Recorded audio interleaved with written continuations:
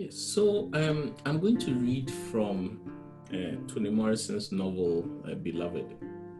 The copy that I'm reading from is over 20 years old. I bought it when I was a graduate student in 1993. And even though I have, subsequently, I have ordered different copies, this is still my favorite because this is the one that I read first. So the pages are yellowing, it's literally falling apart, you know, so it's literally falling apart and so on. And I even have the notes from when I first read it, the first notes. So I'm very, much in love with, with Beloved. But what I want to read now today or to share is the section from a character not much commented upon because the central character, her name is Sethe. And what is most memorable about the novel is Sethe kills her daughter, her 2-year-old daughter, to prevent her and her children from being taken back into slavery. The setting of the novel, of the events of the novel, is between 1873 and 1874. All the events are 1873, 1874. But there are a lot of flashbacks to 1855, which is when Sethe and the other characters are on the slave farm.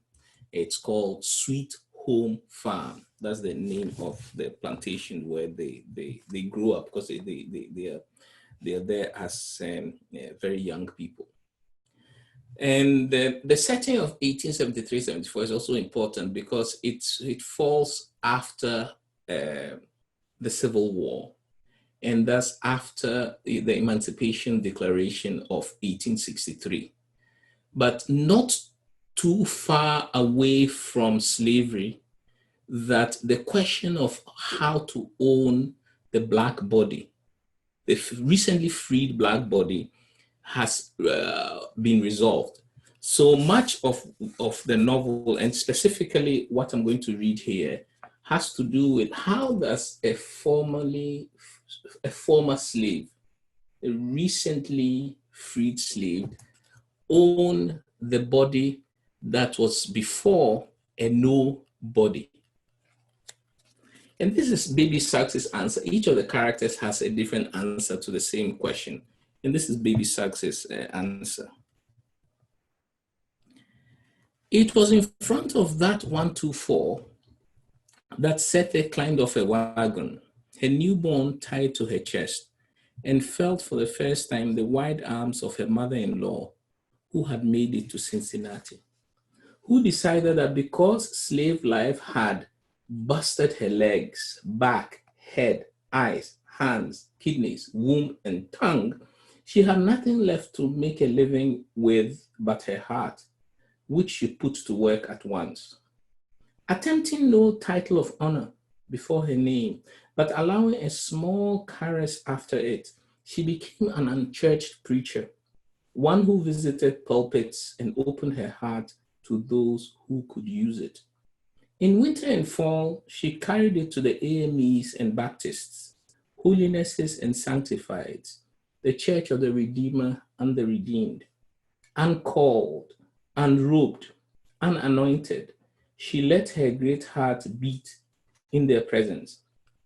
When warm weather came, Baby Suggs, holy, followed by every Black man, woman, and child who could make it through, took her great heart to the clearing, a wide open place cut deep in the woods, nobody knew for what, at the end of a path known only to deer and whoever cleared the land in the first place.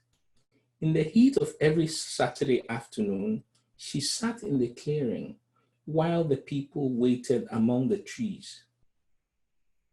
After situating herself on a huge flat-sided rock, Baby Suggs bowed her head and prayed silently. The company watched her from the trees.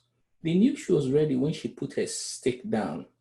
Then she shouted, "Let the children come!" And they ran from the trees toward her. "Let your mothers hear you laugh," she told them. and the woods rang. The adults looked on and could not help smiling. Then, let the grown men come, she shouted. They stepped out one by one from among the ringing trees. Let your wives and your children see you dance, she told them, and ground life shuddered under their feet. Finally, she called the women to her. Cry, she told them, for the living and the dead. Just cry. And without covering their eyes, the women let loose. It started that way, laughing children, dancing men, crying women, and then it got mixed up. Women stopped crying and danced.